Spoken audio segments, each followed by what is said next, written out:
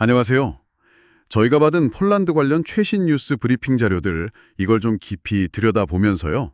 지금 폴란드에서 어떤 게 중요하게 돌아가고 있는지 핵심만 쏙쏙 뽑아보겠습니다. 네, 뭐 뉴스 기사도 있고 정보 발표 자료도 있고 정보는 다양한데요. 여기서 진짜 중요하고 흥미로운 정보가 뭘지 그걸 딱 정리해 드리는 게 목표죠. 맞습니다. 그럼 바로 정치 상황부터 시작해 볼까요? 대선 여론조사를 보니까 야당의 트샤스코프스키 후보가 29%.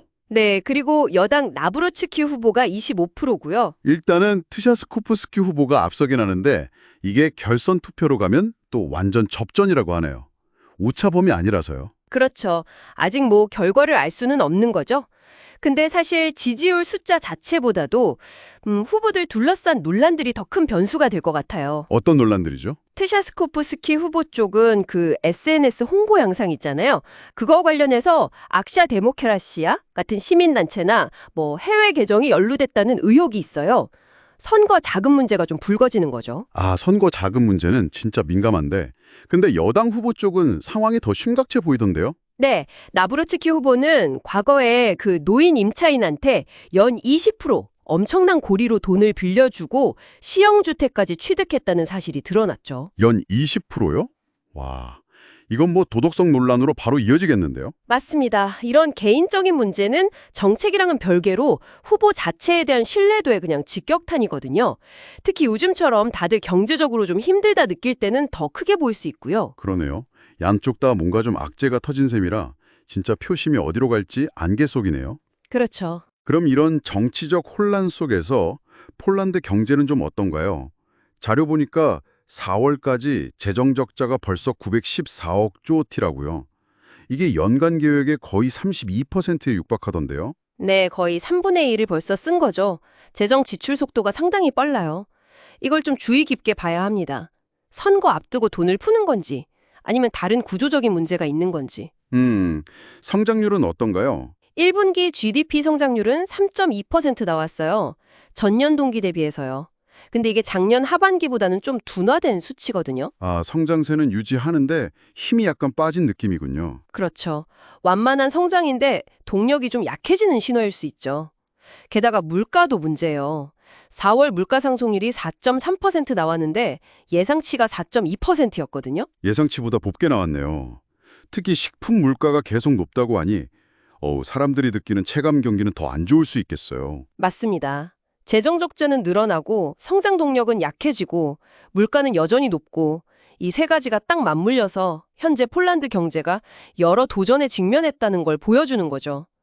정부 고민이 깊어질 수밖에 없어요. 그래도 사회 분야를 보면 좀 긍정적인 소식도 있네요.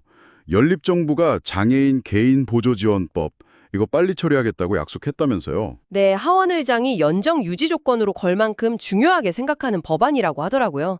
사회 통합을 위해서는 중요한 진전이죠. 좋은 소식이네요. 근데 또 다른 쪽에서는 좀 안 좋은 일도 있었어요. 바르샤바 대학에서 교직원 사망 사건이 있어서 캠퍼스 안전 문제가 커졌다고 하고요. 네, 안타까운 사건이죠. 그것 때문에 보안 강화 요구가 커지고 있고요. 또 다른 사회적 갈등도 있는데 임업이나 농민, 사냥꾼들이 EU 환경 규제 구역 확대에 반대하는 시위를 벌였어요. 그분들 생계랑 직결되니까 반발이 클 수밖에 없겠네요. 그렇죠. 자기들 활동 구역이 줄어드는 거니까요. 그러니까 한쪽에서는 사회적 약자 지원 강화 같은 움직임이 있는데 다른 한편에서는 이런 안전 문제나 경제적 이해관계 충돌 같은 새로운 갈등 요인들이 막 나오고 있는 거죠.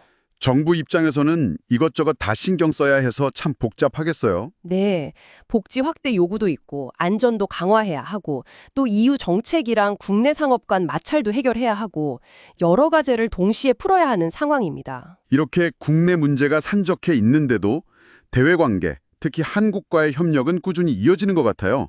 5월 14일에 국방협력회의가 있었는데 K2 전차 인도나 K9 자주포 현지 생산, 잠수함 사업 같은 구체적인 방산협력 얘기가 오갔다고요? 네, 방산협력은 뭐 양국 관계에서 정말 중요한 축이죠. 국내 정치나 경제 상황이 어떻든 간에 이런 전략적 협력은 계속 추진된다는 게 중요합니다. 안정적인 파트너십을 보여주는 거죠. 문화교류도 진짜 활발하던데요. 5월 중순에 바르샤바 국제도서박람회에 한국이 주빈국으로 참가하고요. 네, 그거 큰 행사죠. 그리고 김치와 옹기 축제도 열리고 폴란드 동화를 판소리로 만든 공연 투어도 있대요. 정말 다양하게 하네요. 그렇죠.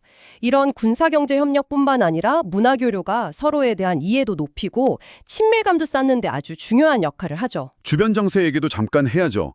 터키 대통령이 크림반도를 우크라이나 땅으로 공식 인정했다는 소식이 있었고요. 네, 그건 흑해 지역의 지정학적 균형에 영향을 줄 수 있는 좀 의미 있는 발언이죠. 그리고 러시아에서는 푸틴 대통령이 군 수뇌부를 좀 바꿨다고요. 육군 총사령관을 교체했다던데. 지켜봐야 합니다. 그렇군요. 마지막으로 폴란드 문화 팁 하나, 이거 재밌더라고요.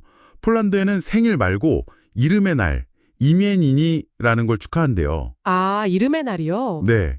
자기 이름이랑 같은 성인의 축일에 또 축하를 받는 문화래요.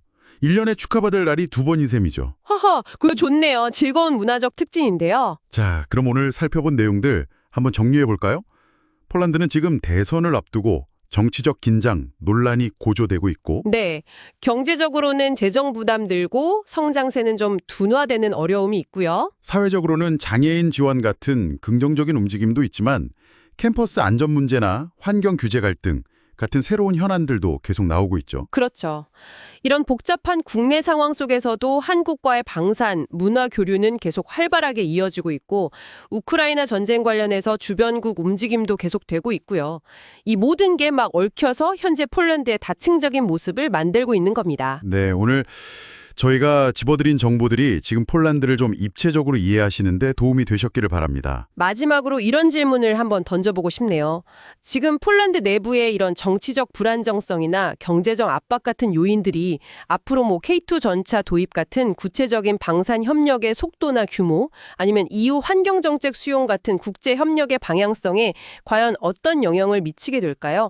이 국내 요인과 국제관계의 상호작용, 이걸 계속 주목해 볼 필요가 있겠습니다.